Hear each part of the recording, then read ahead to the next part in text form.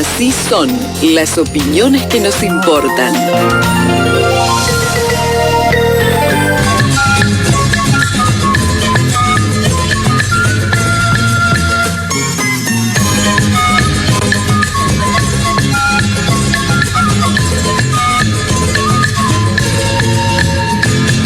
Con amor hoy yo quiero cantar.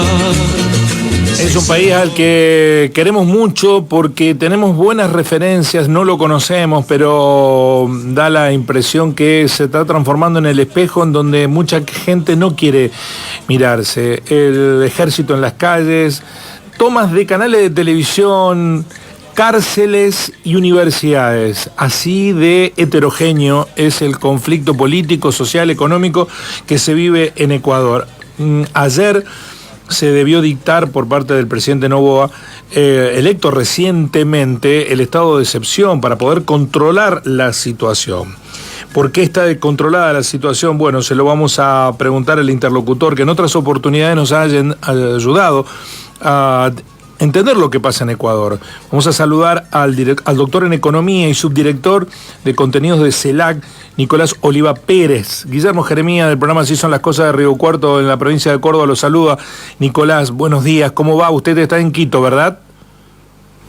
Hola Guillermo, sí, en Quito. Un gusto estar otra vez en el programa. Gracias, muchísimas gracias. Lamento que sea por esta infeliz situación. Cuéntenos cuál es el cuadro a esta hora de lo que vive Ecuador.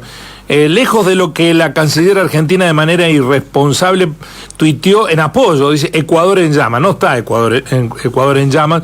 Hay un problema que la canciller argentina, la cordobés Diana Mondino, lo adjudica al problema a un ataque socialista y de la mafia del narcotráfico, una mezcla rara que no se entiende. ¿Pero qué está pasando, Nicolás? Sí, bueno, bastante delirante la declaración, no tiene ningún sentido mezclar la ideología política con esto, más bien todo lo contrario, es lo que nos ha llevado a esta situación es un desmantelamiento del Estado, un reparto visceral, digamos, sin ninguna lógica política de la institucionalidad, que es lo que hizo justamente Moreno, la etapa post-correísta, digamos, de destrucción, de odio, de restar todas las capacidades en base al odio y en base al reparto de gobernabilidad. Pero bueno, sin entrar tan lejos, hoy Ecuador está vive una situación difícil, no hay dudas que es una situación difícil, hay un contexto, un clima social muy adverso, la gente está preocupada porque el narcotráfico ha demostrado que maneja los hilos del poder político, ¿no? Los últimos dos gobiernos se nota, y esta es la consecuencia, este es el desenlace de ese momento, y creo que hoy está en una pugna, básicamente yo podría, si ustedes quieren un titular, hoy el narcotráfico está pugnando o está haciendo un ejercicio de fuerza con el presidente de la República. De ese desenlace veremos lo que puede ocasionar, no sé si el gobierno puede pulsar más fuerte y puede controlar la situación. El día de ayer fue malo, hoy la noche, es decir, la noche antes de la de ahora, ¿no es cierto? Antes de ayer, la noche anterior, la madrugada anterior fue bastante crítica, muchas explosiones, mucha violencia, que terminó en el día de la toma del canal. Esta noche, la noche que pasó, hubo violencia, pero al parecer no tan grave. Grave también en contexto, ¿no? Es decir, la gravedad es relativa, entonces ha habido 3 muertos, no es menor, pero respecto relativamente al día anterior es menos grave. Veamos cómo se desenvuelve. 70 detenidos. No tenemos buena señal, no teníamos buena señal, vamos a ver si la podemos recomponer. Estamos dialogando con Nicolás Oliva, doctor en Economía, subdirector de contenido de la CELAC, que plantea, el escenario, la puja aquí es con el narcotráfico. La pregunta que venía era ¿por qué el narcotráfico se instaló como un poder tan significativo, con tanta fuerza? ¿Por qué el narcotráfico está marcando la pauta política de Ecuador. Ese es el interrogante que nos moviliza. Voy a repetírselo a Nicolás, ahora que retomamos el contacto. Nicolás, la pregunta era ¿por qué el narcotráfico se transformó en esta fuerza que usted describe que le está disputando el poder al presidente? Hay dos momentos claves, Guillermo, y muy rápidos y sucintos. 2018, Moreno reparte toda la institucionalidad del Estado, no solo como austeridad clásica, sino como una amputación de la institucionalidad en la lógica de que había correísmo infiltrado, ¿no? Entonces, desbarata. Un ejemplo muy grande es que fusiona los ministerios del Interior con el de gobierno, algo que ya, digamos, nadie pensaría, pero bueno, entonces hace, y lo que busca al final eso lo que resulta es que da espacios de poder en las mismas cúpulas policiales y militares de inteligencia, reparte de forma autónoma, son, digamos, islas autónomas. Ese es un elemento que facilita rápidamente el ascenso del narcotráfico a las instancias más altas. El segundo es cuando sube Guillermo Lasso al poder, 2021, había ya un informe de inteligencia policial que vinculaba a su cuñado con las mafias y con el narcotráfico. Entonces, la policía chantajea al presidente de ese momento, Guillermo Lasso, le dice, bueno, mantenga la estructura que tenemos vigente, o este informe puede seguir su curso, ¿no? O archivamos el informe. Ese es el chantaje, y eso es lo que al final, a la postre, el portal periodístico La Posta releva y le lleva a la caída de Lasso, ¿no? Entonces, pero es el momento que uno dice, bueno, estos dos momentos son importantes porque uno ve que, claro, la policía estaba absolutamente tomada por el narcotráfico. Está chantajeando a un presidente que evidentemente tenía los elementos para ser chantajeado. Había elementos, pero evidentemente esto detona entonces en 5 o 6.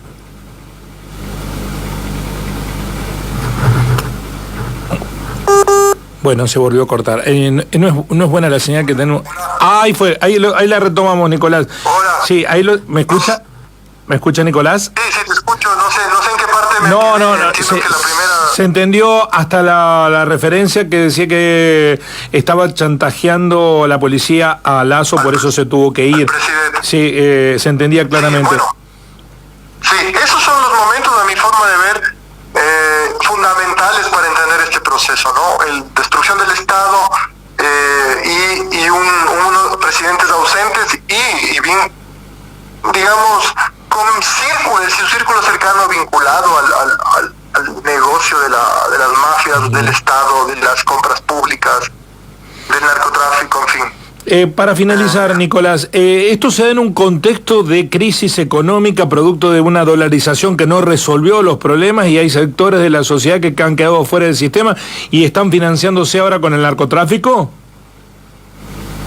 Sí, o sea, en la práctica, la austeridad también salvaje que emprendió Lenín Moreno, en un momento de pandemia, imagínate, en que el mundo estaba cerrado, un país dependiente de las exportaciones, de la actividad del turismo, y sin ayudas públicas, fue un caldo de cultivo para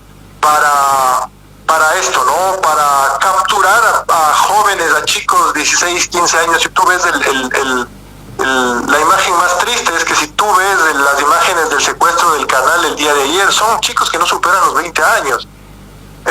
Es triste, ¿no? Es la captura por parte de la criminalidad a chicos que habían perdido la esperanza en el Estado, habían perdido la esperanza en una oportunidad. Y eso es el sistema monetario, ¿no? La austeridad extrema sin moneda es una locura, es un suicidio, ¿no? Un suicidio económico que también abona a este contexto. Bueno, lo advertimos porque es a lo que se nos quiere llevar en la Argentina. Para finalizar, Nicolás, también en Ecuador se creó un enemigo público número uno, que es Correa. El anticorreísmo se impuso a la racionalidad. Evidentemente lo que tú dices es la realidad, y la expresión de la canciller argentina, digamos, es la muestra, ¿no? Una sin razón, una estructura basada básicamente en el odio. Hoy por hoy hay un clima social de odio sobre Correa, fundamentado sobre una estructura mediática poderosísima, totalmente monolítica, al menos hasta el gobierno de Lasso hacían bastante galvanizada la opinión pública desde los medios corporativos contra Correa, no había espacio para pensar otra cosa, y eso ha detonado en una sensación de que Correa es culpable de todos los males. La criminalidad, el narcotráfico, la violencia, la falta de empleo, bueno, todos los males que puedes imaginar, algo parecido a la Argentina, ¿no? Muy parecido, yo no creo que haya tanta diferencia, es un símil muy parecido, y lo mismo con la dolarización. En el fondo, si tú ves un sistema de austeridad que quiere imponer Milei a rajatabla, en un contexto geopolítico de criminalidad, hay que entender, puede ser una bomba de tiempo también para la Argentina, ¿no? O sea, austeridad, con un régimen totalmente, reducir las capacidades del Estado en la máxima expresión, y en una criminalidad del narcotráfico galopante en la región, porque eso hay que entender también, esto es un problema geopolítico, geoeconómico, es galopante el narcotráfico, puede ser un componente importante. Argentina puede terminar en la situación de las favelas brasileras, ¿no? Que también es un símil muy cercano a lo que hoy vive el Ecuador, es decir, el modelo brasilero de favela hoy por hoy se vive aquí en el Ecuador. Hay sitios que la policía no puede entrar, ¿no? Podría ser una antesala o un espejo de lo que puede pasar en la Argentina. Qué difícil ver de manera esperanzadora lo que viene. Gracias, Nicolás, por el análisis, muy amable como siempre. Gracias, Guillermo, un gusto estar en este programa y en Río Cuarto. Muy amable. Nicolás Oliva, doctor en Economía desde Quito, en Ecuador, subdirector de contenido de la CELAC, describiendo el escenario, el panorama. Miren, hay un cerril anticorreísmo en los medios de comunicación de Ecuador, pero que con esta situación ha empezado a advertir, bueno, al fin de cuentas, con Correa las cosas no eran así, porque los índices de criminalidad con Correa eran muy bajos, por encima de la media internacional, y ahora está entre los 5 países más peligrosos respecto del crimen organizado del mundo. Esto pasaba en La Nación Más, una periodista de las que mayor obsecuencia tiene con el gobierno de Milei, con el anterior gobierno de Mauricio Macri, entrevistaba a otra periodista por los acontecimientos de ayer, insisto, la criminalidad que toma un canal de televisión, que toma universidades, que toma cárceles.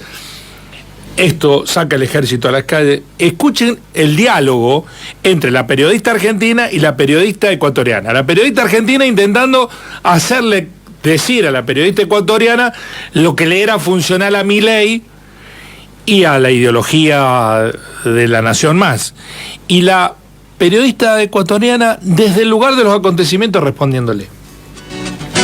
Es un país de paz, coches, bombas, asesinatos, sicariatos, toma de delincuencia organizada. Eso no era un escenario en el Ecuador en los años de Rafael Correa. Pero vuelvo y te repito, más pesó el odio, las mentiras, desmembraron por completo el Estado, se dividieron, todas las empresas estatales las privatizaron, pusieron a amigos en cargos políticos de seguridad. ¿Vos te referís al gobierno de Rafael Correa? Yo me refiero, a ver, con Rafael Correa estábamos mejor, y yo no fui correísta. Yo fui muy crítica, pero respetuosa del señor presidente Rafael Correa. Recordémonos también que la situación económica del Ecuador es muy mala, a pesar de ser un país dolarizado. No existen fuentes de empleo. Existe solamente desempleo. Destrozaron la patria, destrozaron el Ecuador en 7 años. No le queda ni la sombra. Siempre fue un país de paz, coches, bombas. Bueno, y eso que la periodista no era correísta, la periodista argentina decía, no, eso ocurrió durante el gobierno de Correa. No, cuando con Correa no ocurrió después.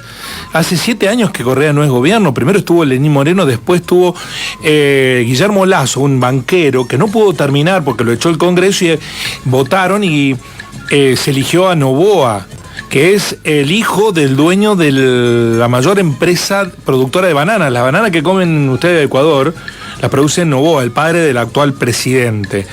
En este escenario, la advertencia es que si seguimos así, vamos hacia ese modelo.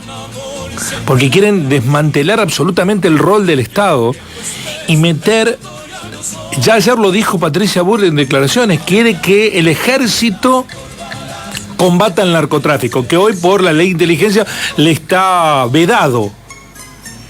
Cuando el ejército, esto pasó en México con el narcotráfico y pasó en Ecuador, se involucra en la lucha contra el narcotráfico, el más fácil de corromper por parte del narcotráfico es el ejército, con lo cual se transforma en una guerra de guerras. Es una guerra de quién recibe más plata del narcotráfico y el ejército se divide entre los que reciben mucha plata y los que reciben poca plata del narcotráfico y se matan entre ellos. Esto está pasando en México, lean un poco. Bueno, este es el contexto en el que se da. El alimento del odio hacia Correa, que habrá tenido problemas en su gobierno, pero que había puesto a Ecuador en un lugar y no había salido no pudo salir de la dolarización, no pudo salir Correa de la dolarización. Lo resistieron, quería volver a la moneda del Ecuador y no pudo salir de la dolarización. Miren el poder que tienen un puñado de empresarios, camino pero marcado, detallado al que estamos yendo. Estamos yendo si no lo paramos a tiempo y si la política nuestra no lo detiene.